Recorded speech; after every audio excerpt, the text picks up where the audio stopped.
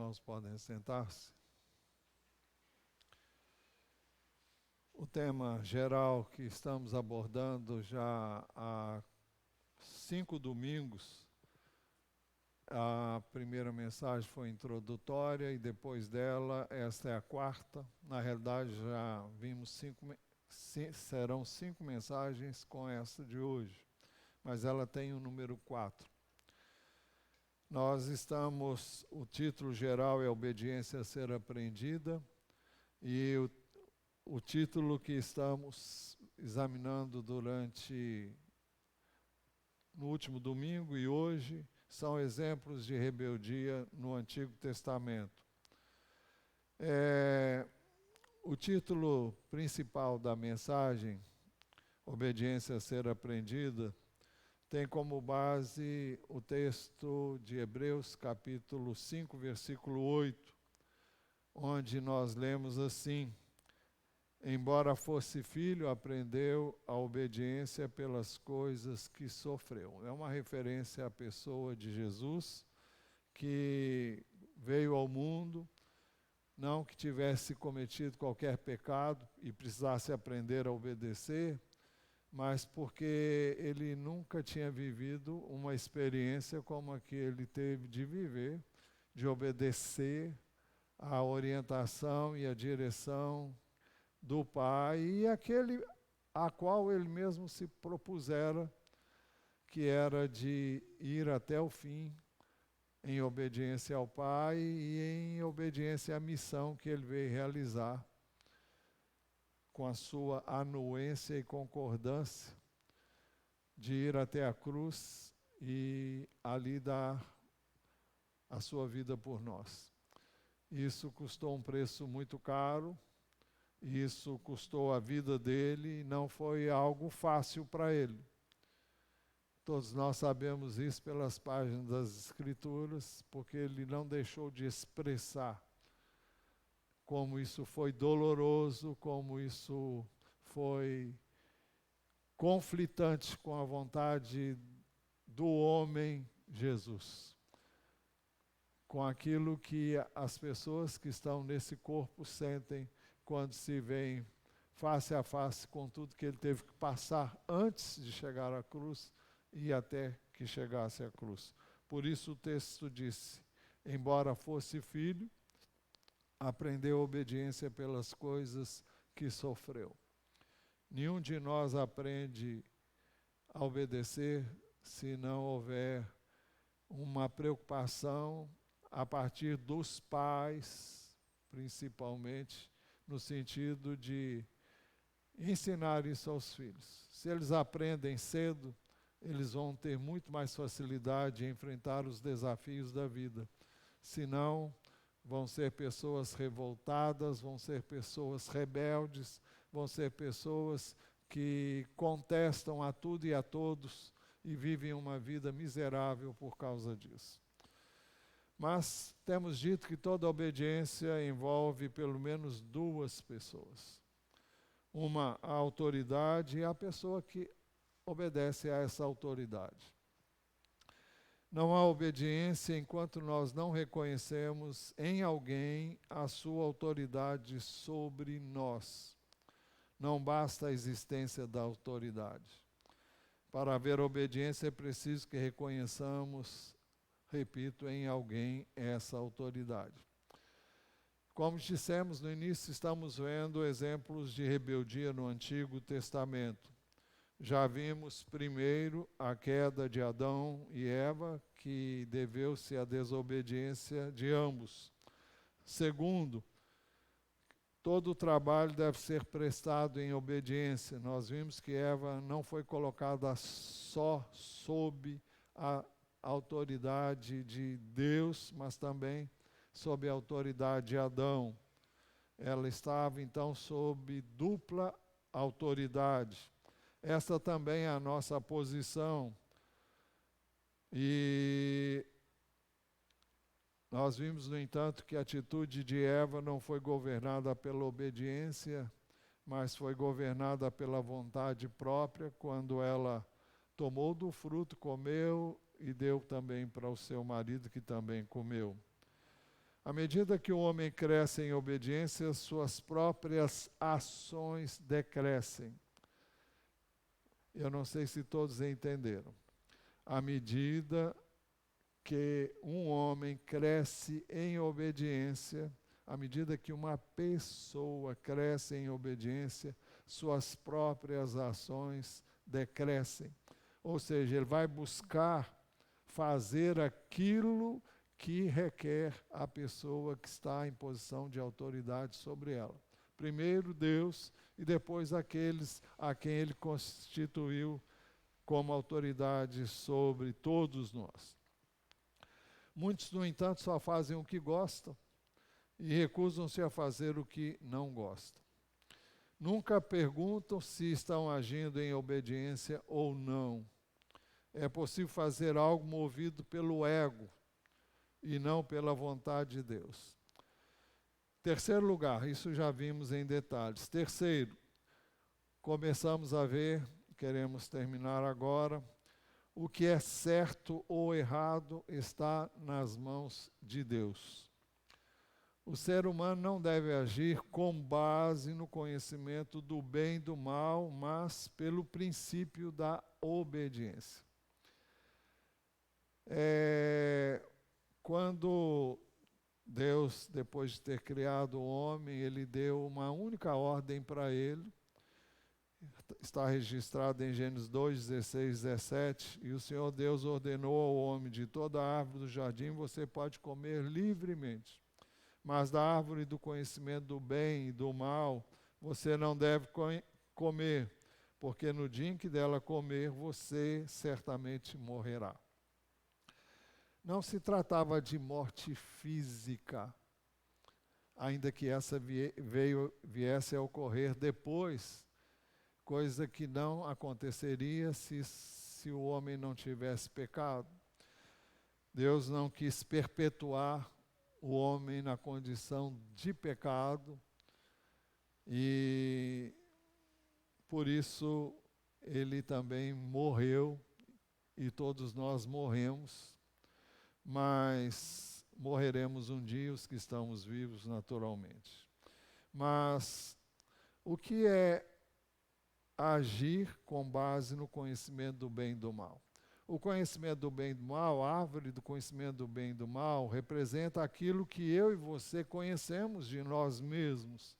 Significa a nossa vontade própria, significa o nosso discernimento, significa o nosso entendimento. Por isso que o ser humano não deve agir com base no seu entendimento, no que é bom ou mal, porque só Deus pode dizer para mim e para você o que é bom e o que é mal, não é? E nós estamos sujeitos às autoridades que Deus instituiu, e desde que elas não contrariem a vontade de Deus, expressa claramente na sua palavra, então nós podemos obedecê-las e devemos obedecê-las. E é muito mais razoável, muito mais coerente, então, não agir com base no conhecimento do bem e do mal, porque o nosso discernimento não é o discernimento de Deus, o nosso conhecimento não é o conhecimento de Deus. Isso é expresso na palavra dele, em Isaías capítulo 55, onde ele diz: porque os meus pensamentos não são os pensamentos de vocês, e os meus... Eu não estava pensando em citar isso, eu teria que ver. Aliás, eu vou ler Isaías capítulo 55.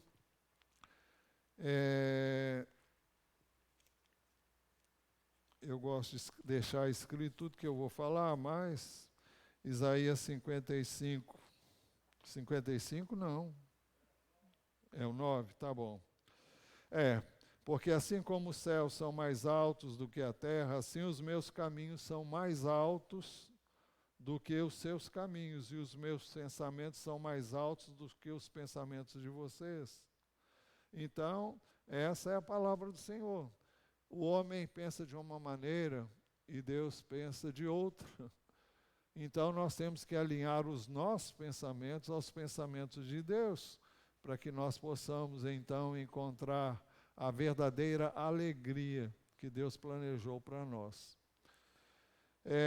Nós vemos isso no caso de Caim. Eu quero ler um texto, Isaías capítulo 4, 3 a 7. Não vou dissertar sobre o texto, porque isso demandaria uma mensagem, já falamos algumas vezes sobre esse texto aqui. Gênesis 4, o que eu falei? Perdão. Gênesis 4, 3 a 7. E aconteceu ao fim de um certo tempo, Caim trouxe do fruto da terra uma oferta ao Senhor. Abel, por sua vez, trouxe das primícias do seu rebanho e da gordura deste. O Senhor se agradou de Abel e de sua oferta, mas de Caim e de sua oferta não se agradou. Caim ficou muito irritado, fechou a cara. Então o Senhor lhe disse: por que você ainda anda irritado e por que essa cara fechada? Será que Deus não sabia? Claro, ele estava só dialogando com Caim para ver se ele chegava onde deveria. Então Deus disse para ele: se fizer o que é certo, não é verdade que você será aceito? Mas se não fizer o que é certo, eis que o pecado está à porta à sua espera. O desejo dele será contra você, mas é necessário que você o domine. Então, observem o seguinte: Caim ficou com a cara fechada. Por quê? Porque foi contrariado. Todas as vezes que uma criança é contrariada, ela fica emburrada. E se deixar, ela faz birra, ela apronta, faz maior escândalo para expressar a sua contrariedade. E Deus disse: olha, não faz sentido isso. Existe um outro caminho. Se você fizer o que é certo, não é verdade que você será aceito? Mas se não fizer o que é certo, eis que o pecado está à porta, à sua espera. O desejo dele será contra você, mas é necessário que você o domine. A oferta de Abel e a sua oferta foram aceitos, tanto um quanto o outro.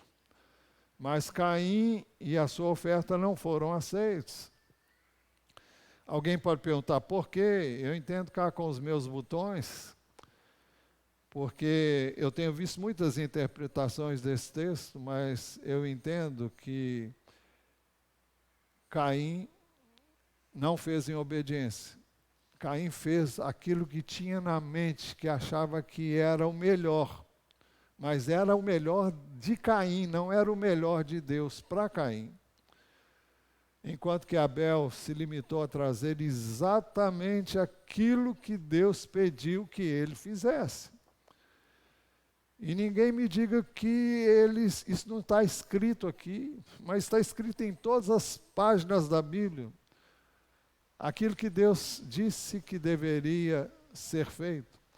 A Bíblia diz que sem derramamento de sangue não há remissão de pecados. E o sacrifício que Caim ofereceu não tinha essa característica. Porque no tempo futuro, ele enviaria o seu próprio filho, que viria sem pecado, e que receberia o pecado de todos nós, e seria crucificado, seria imolado na cruz do Calvário, para que nós tivéssemos os nossos pecados perdoados. Abel não era melhor do que Caim, no sentido de não ter pecado, mas Abel ofereceu a Deus o sacrifício que poderia torná-lo aceito diante de Deus, enquanto que Caim ofereceu o que ele achava que era melhor. Já que o meu irmão vai oferecer isso, eu vou oferecer uma coisa diferente. Mas Deus nunca quer que eu inove, Ele quer que eu obedeça. Nós temos que ter isso em mente. Uma outra experiência nós temos com Saul. Não vou contar a história toda aqui, porque eu creio que futuramente a gente vai examinar isso mais pormenorizadamente. Mas Saul recebeu uma missão de Deus. Ele deveria ir e fazer exatamente aquilo que Deus disse que ele deveria fazer. Ele deveria combater um povo que, em ocasião anterior, havia se levantado contra o povo de Israel e havia matado muitos dos filhos de Israel de maneira traiçoeira, de maneira, quando eles não estavam guerreando contra eles, veio por trás, o povo estava caminhando e destruiu muita gente. E Deus disse que ele ia fazer justiça no futuro e mandou que Saul fizesse isso. E Saul foi, e Deus disse, olha, você não vai tocar no despojo. Você não vai tocar nada, porque eu não quero que você toque em nada do que você vai ter, porque numa guerra, quando alguém vencia, tudo que a pessoa tinha era de quem vencia. E Deus deu a Saul a graça de ir e vencer a batalha, ele venceu a batalha, mas ele achou por bem de ficar com o melhor que ele encontrou, disse que era para oferecer a Deus. Ora, Deus não disse para ele fazer isso. Então, Samuel, profeta de Deus, chegou para ele e fez a seguinte pergunta. Segundo Samuel, capítulo 15, versículo 19 a 23. Por que então você não deu ouvidos à voz do Senhor, mas se lançou sobre o despojo e fez o que era mal aos olhos do Senhor? Então Saul disse a Samuel, pelo contrário, dei ouvidos à voz do Senhor e segui o caminho pelo qual o Senhor me enviou. Eu trouxe Agag. Deus não disse que era para trazer Agag. Agag era o rei deles. Eu trouxe Agag, o rei de Amaleque, e destruí totalmente os amalequitas.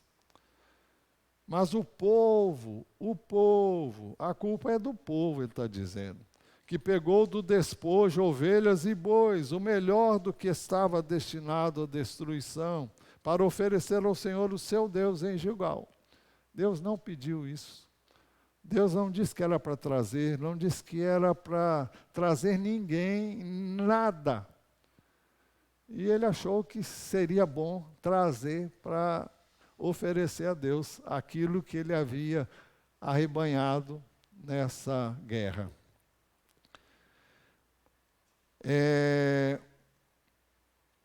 Então Samuel, profeta de Deus, disse, será que o Senhor tem mais prazer em holocaustos e sacrifícios do que no obedecer a sua palavra? Eis que o obedecer é melhor do que o sacrificar, e o ouvir é melhor do que a gordura de carneiros. Porque a rebelião é como o pecado da feitiçaria, e a obstinação é como a idolatria e o culto a ídolos do lar. Por você ter rejeitado a palavra do Senhor, também ele rejeitou você como rei. Então, alguém que não está em obediência a Deus não pode reger o povo que Deus quer reger. Nenhum líder pode liderar o povo de Deus, seja em que âmbito, se não estiver andando em obediência a Deus. E em obediência a quem Deus constituiu em autoridade sobre esta ou aquela pessoa, seja eu, seja quem for, que nós estamos sempre debaixo de alguma autoridade. Então, a pergunta que Samuel fez, será que o Senhor tem mais prazer em holocaustos e sacrifícios do que não obedecer a sua palavra? Eis que obedecer é melhor do que o sacrificar, e ouvir é melhor do que a gordura de carneiros. Por quê? Porque a rebelião é como o pecado da feitiçaria, a obstinação é como a idolatria e o culto a ídolos do lar. E por causa disso, Saul não permaneceu como rei. Você vai dizer, mas ele governou 40 anos, mas não pelo Espírito de Deus. Governou do seu jeito, fez coisas terríveis, e Deus estabeleceu alguém para substituí-lo. Nós sabemos, o rei que veio depois dele, Davi, a quem ele perseguiu durante a vida toda. Então a questão não é tanto se é certo ou errado. O meu discernimento, o seu discernimento do que é certo ou errado, nem sempre expressa aquilo que Deus entende como certo e errado, a menos que Ele diga isso claramente na sua palavra.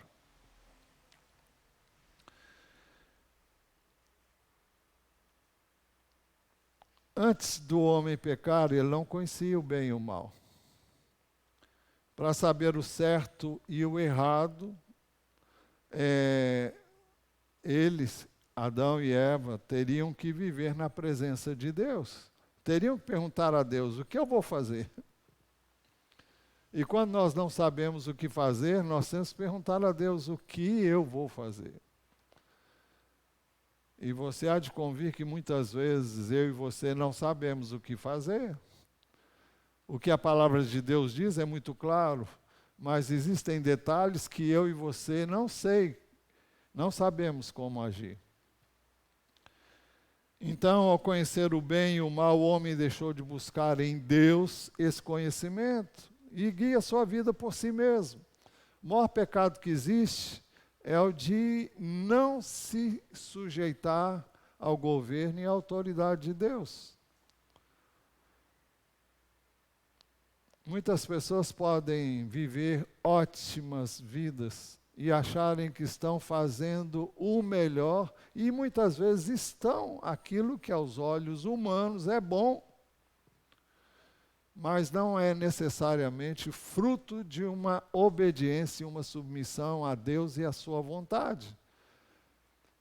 E se alguém quer obedecer a Deus, a primeira coisa que tem que fazer é se render e reconhecer em Jesus o Filho que Ele enviou. Isso é obedecer a Deus à luz da nova aliança, à luz do Novo Testamento.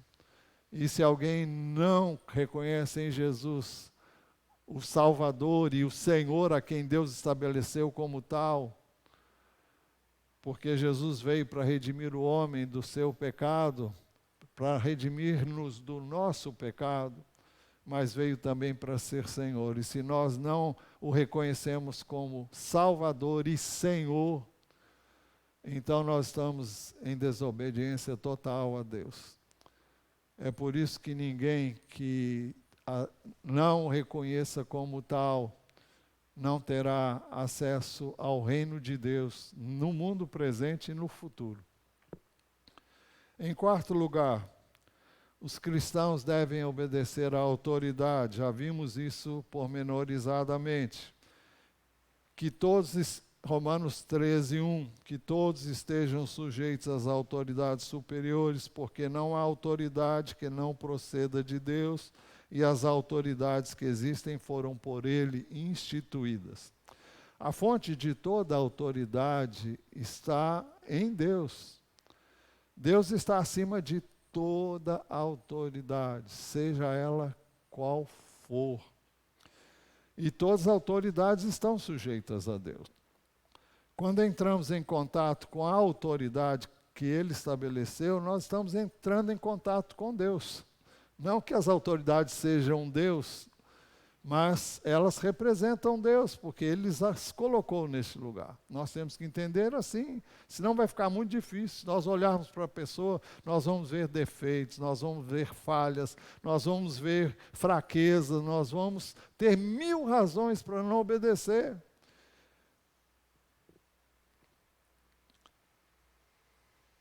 Deus mantém todas as coisas pela poderosa palavra de sua autoridade, exatamente como as criou pela mesma palavra. Hebreus 1:3, a primeira parte desse verso diz assim: o Filho, se referindo a Jesus, que é o resplendor da glória de Deus e a expressão exata do seu ser, sustentando todas as coisas pela sua palavra poderosa. O texto diz que através da palavra de Deus, na pessoa de Jesus Cristo, Ele sustenta todas as coisas. Ele tem um governo de todo o universo. E um pouquinho depois, no capítulo 11, Hebreus 11:3 diz assim: pela fé entendemos que o universo foi formado pela palavra de Deus, de maneira que o visível veio a existir das coisas que não são visíveis. Deus falou e aconteceu.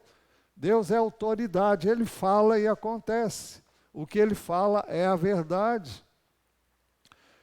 O diálogo de um centurião romano com Jesus mostra que quando entramos em contato com a autoridade, entramos em contato com o próprio Deus. Mateus 8, versos 5 a 10, e depois o versículo 13. Tendo Jesus entrado em Cafarnaum, um centurião se aproximou dele implorando: Senhor, o meu servo está na minha casa, de cama, paralítico, sofrendo horrivelmente. Jesus lhe disse: eu vou lá curá-lo. Mas o centurião respondeu: Senhor, não sou digno de recebê-lo em minha casa, mas apenas mande uma palavra, e o meu servo será curado. Porque também eu sou homem, sujeito à autoridade. Tenho soldados às minhas ordens. E digo a este: vai, e ele vai. E a outro: venha, e ele vem. E ao meu servo: faça isso, e ele o faz. Coisa impressionante, né? Ao ouvir isso, Jesus ficou admirado e disse aos que o acompanhavam: em verdade lhes digo que nem mesmo em Israel encontrei fé como esta. Então Jesus disse ao centurião: vá e seja feito conforme você crê. E na mesma hora o servo do centurião foi curado. Então, os irmãos observem o conhecimento que esse centurião romano tinha do que é autoridade. Eu digo a esse: vai, e ele vai. Eu digo a esse: ele vem, e ele vem. Eu digo a um servo meu: faça isso, e ele faz. Sempre que alguém peca contra a autoridade estabelecida por Deus, peca contra o próprio Deus. Vemos exemplo disso em Êxodo capítulo 23, versos 20 a 22. Diz assim o texto: Deus disse ao povo: eis que eu envio um anjo adiante de vocês, para que os guarde pelo caminho e os leve ao lugar que tenho preparado. Deem atenção a ele e ouçam o que ele diz. Isso porque Deus disse: olha, eu não vou mais com vocês, senão eu vou destruir vocês, porque vocês são rebeldes, vocês estão sempre murmurando, reclamando e também N coisas que já haviam acontecido. Depois Moisés ora para que Deus pessoalmente vá com eles, e Deus diz que viria em atendimento à súplica de Moisés. Moisés chegou a dizer ousadamente: se o Senhor não for conosco, não tem como a gente ir.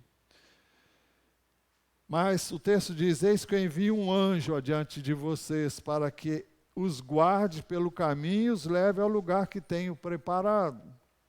Deem atenção a ele e ouçam o que ele diz. Não se rebelem contra ele, porque não perdoará a transgressão de vocês, pois nele está o meu nome. O que Deus está dizendo é o seguinte: eu vou enviar um anjo, e vocês devem obedecer o que ele vai fazer, vai dizer, porque ele me representa, o meu nome está nele. Mas se vocês ouvirem atentamente o que ele disser e fizerem, tudo o que eu ordeno,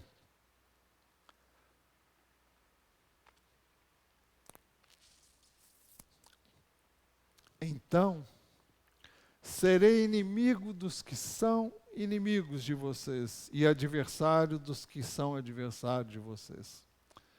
Os perigos estavam em pessoas e nações que poderiam vir ao encontro de Israel, mas Deus promete proteger o seu povo e agir como se fosse Ele próprio, através do seu povo, desde que eles obedecessem aquele a quem Ele estava constituindo para levar o povo, além de Moisés, humanamente falando.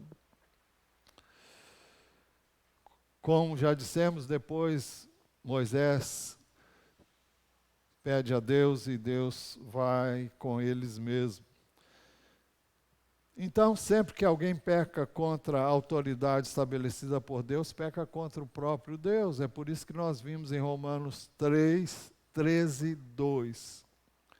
Assim, aquele que se opõe à autoridade resiste à ordenação de Deus, e os que resistem trarão sobre si mesmos condenação. Em detalhe, já vimos isso quando iniciamos essas mensagens. Em quinto lugar, a primeira lição que um líder precisa aprender é a obediência à autoridade. Estamos sob a autoridade de pessoas e temos pessoas sob nossa autoridade. É por isso que o centurião diz, porque também eu sou homem sujeito à autoridade. Tenho soldados às minhas ordens e digo a este vá, e ele vai, e a outro venha, e ele vem, e ao meu servo faça isso, ele o faz. Por isso que Jesus exaltou a fé daquele homem, porque ele cria que Jesus era quem ele era e ele podia fazer o que ele quisesse. Na terra, o próprio Jesus estava sobre dupla autoridade, do Pai e das autoridades que existiam no seu tempo. Nós vemos isso no julgamento de Pilatos, quando ele é levado para ser julgado por Pilatos. Todos nós sabemos que Pilatos o absolveu como inocente. O texto diz, entrando outra vez, João 19, 9 a 11. E entrando outra vez no pretório, perguntou a Jesus, de onde você é? Mas Jesus não lhe deu resposta. Então Pilatos o advertiu, você não me responde? Não sabe que tem autoridade tanto para soltar você como para crucificá-lo? Jesus respondeu, o Senhor não teria autoridade, nenhuma autoridade sobre mim, se de cima não lhe fosse dada. Por isso, quem me entregou ao Senhor tem maior pecado. Então, isso fez com que Pilatos não falasse mais nada com relação a esse item.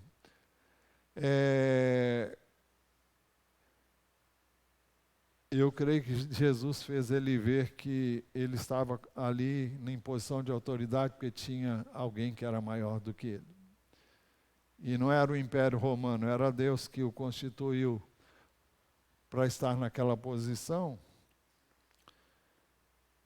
A autoridade encontra-se em toda parte, na escola, o reitor, os diretores, os coordenadores, os professores, no lar, o marido, o pai, a mãe, os avós, os responsáveis, na falta dos primeiros, Nas ruas, o guarda de trânsito, o policial, no trabalho, o diretor, o chefe, o superior hierárquico, na igreja, o pastor, os supervisores, os líderes, os auxiliares de líderes, os diretores, os coordenadores, os conselhos, a assembleia. Todos estamos sujeitos uns aos outros. Todos nós deveríamos saber a quem estamos sujeitos. Não deveríamos nos preocupar com o certo e o errado. O certo e o errado estão na palavra de Deus. Mas não temos que preocupar se fulano é assim ou é assado. Ah, eu não vou obedecer porque fulano também é assim ou é desse jeito, ou eu não vou com ele, eu acho ele antipático, eu acho ele chato, ou eu não gosto da maneira como ele fala comigo. Isso é um problema dele com Deus, que o constituiu. Agora, se você se rebela contra essa pessoa de quem você não vai muito com a cara dela, então você não está se rebelando contra a pessoa, mas contra Deus. Não é o que a pessoa é o que ela representa.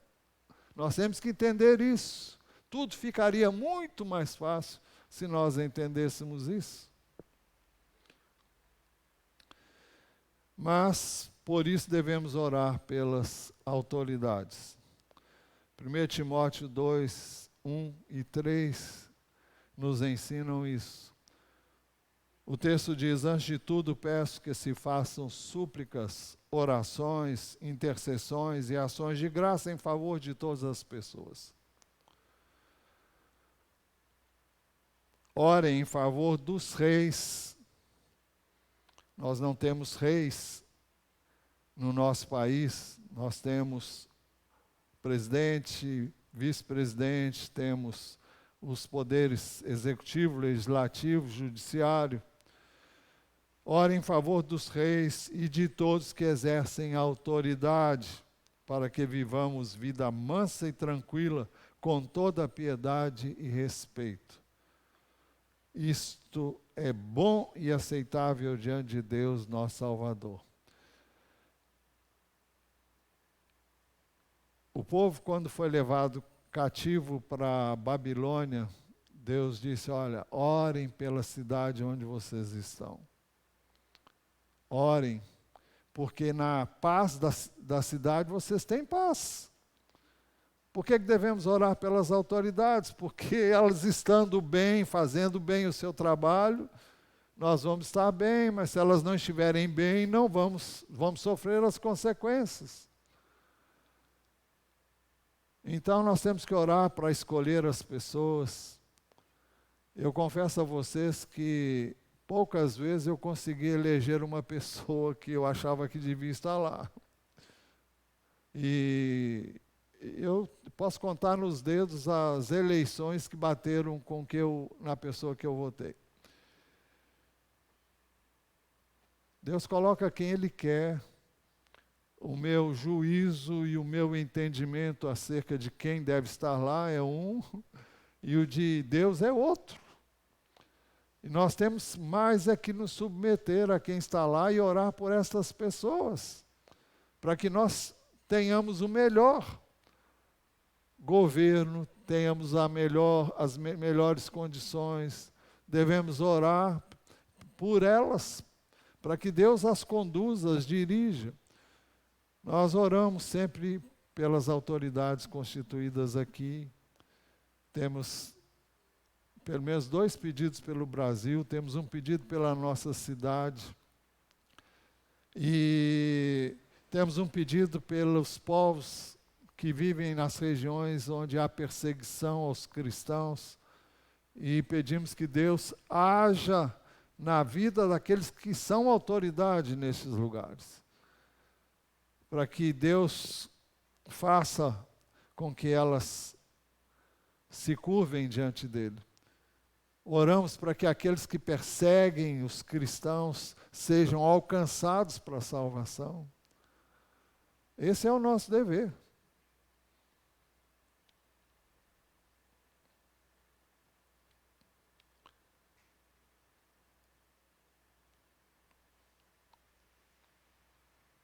Eu não sei porquê, mas voltou lá no início.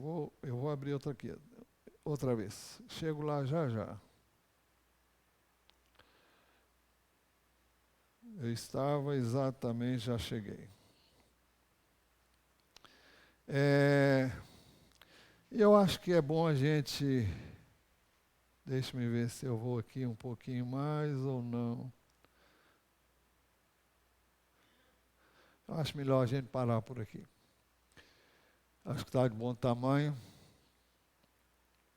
Eu queria que todos nós agora fechássemos os nossos olhos e falássemos com Deus. Como é que eu e você temos agido na nossa relação com aqueles a quem Deus tem constituído autoridade? Nós somos pessoas que vivem falando mal dessas pessoas, nós nos opomos a essas pessoas, nós nos levantamos contra elas, ou nós oramos por elas, ou nós confiamos em Deus ao estar sobre a liderança dessas pessoas. Se nós não oramos, nós não temos o que reclamar.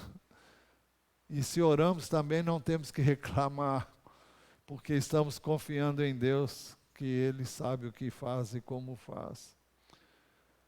Então vamos nos render, pedir que Deus nos perdoe. Todos nós, de alguma maneira, em algum momento, já pecamos contra aqueles a quem Deus constituiu autoridade sobre nós. Desde os nossos pais, desde as pessoas que não têm pais, aqueles que os criaram. E assim vai.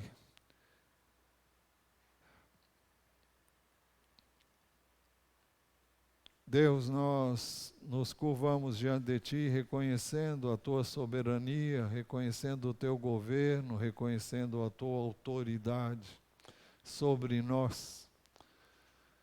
E queremos nos submeter a Ti sem medo, sabendo que o Senhor é Deus e que o Senhor pode todas as coisas. O Senhor fala e as coisas acontecem. O Senhor age e as coisas acontecem. O Senhor determina, mas não é o homem que determina, é o Senhor que determina. E as coisas acontecem. Nós confiamos em Ti, esperamos em Ti, descansamos em Ti.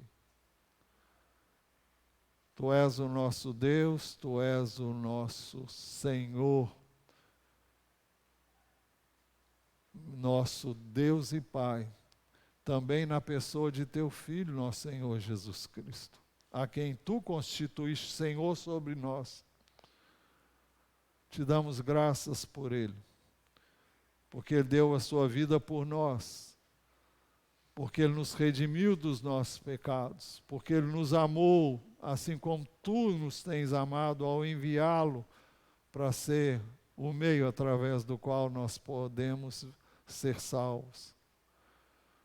Pedimos que o Senhor leve este conhecimento a todos, os que ainda não o têm, para que eles andem debaixo do Teu governo e da Tua autoridade, reconheçam o Teu reino, que venha, pois, do Teu reino e seja feita a Tua vontade, assim na terra como ela é feita aí no céu. Nós pedimos em nome de Jesus, pedimos que ao sair daqui, mais tarde, o Senhor nos leve em paz, em segurança. Pedimos que o Senhor abençoe a assembleia que haverá depois de terminarmos o culto, e que nela o Senhor tenha também o Teu governo, o Teu domínio, e o Senhor seja glorificado através dela, guiando-nos nas decisões que vamos tomar. Quando sairmos daqui, leva-nos em paz, seguros, cercados pelos Teus anjos, livres do mal, e traze-nos outra vez para buscarmos juntos a Tua face. Pedimos que a Tua mão seja sobre o Teu povo, para guardá-lo, para protegê-lo, para curá-lo, para restabelecê-lo, para abençoar o teu povo.